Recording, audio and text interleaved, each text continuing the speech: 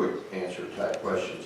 Is this going to affect the health service center down in Haskell any at all, or it's a separate entity that won't fall under these rules? Is that correct? No, sir, it has no impact on that facility. Obviously, you know, it's a licensed facility, nursing home facility, but they'll operate within the existing structure that we have in place now. Okay, and the type of beds that we're talking about transferring, are they particular kinds of bed, like rehab beds, or are they just across the board beds?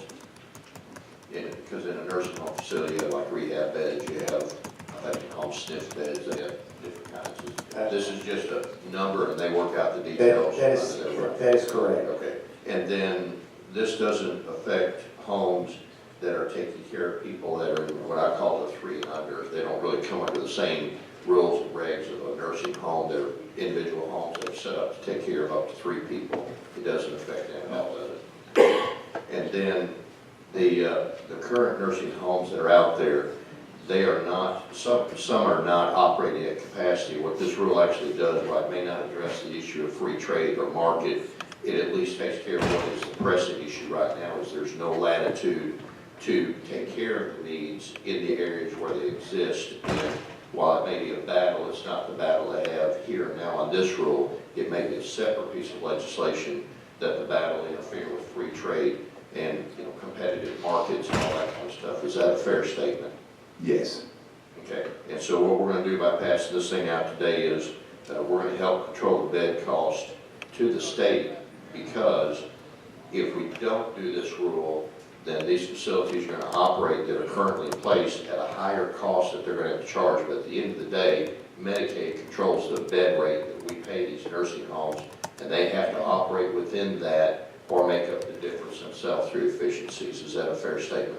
That is correct. And obviously, you know, it's very important, number one, I want to make it clear that, number one, Medicaid is not paid for beds that are not occupied. And then number two, definitely we do set the rates to operators in terms of, you know, looking at a free market, and I have the ability to set their own rate that's actually established by the state of Arkansas, and we use a methodology by which we measure the cost the facility. We set the rates accordingly to meet the requirements for quality that are set forth for each facility. And what is the daily bed rate?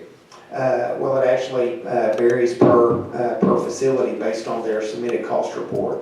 Right now, the average bed rate across the state is somewhere in the neighborhood between 150 and 160 a day. But obviously, that amount is paid down by the recipient's contribution of their income and their liability or Social Security check that reduces the state's obligation for payment under Medicaid. And how can I get a copy of that list to see what that is, to see what the different rates are? How do I go about getting it? Can you get it to me? If you can text me or remind me, that I'll reach out to our internally, and I'll get you the list across our state. Okay, thank you, Madam Chair. All right, Representative Brown, you're recognized for question.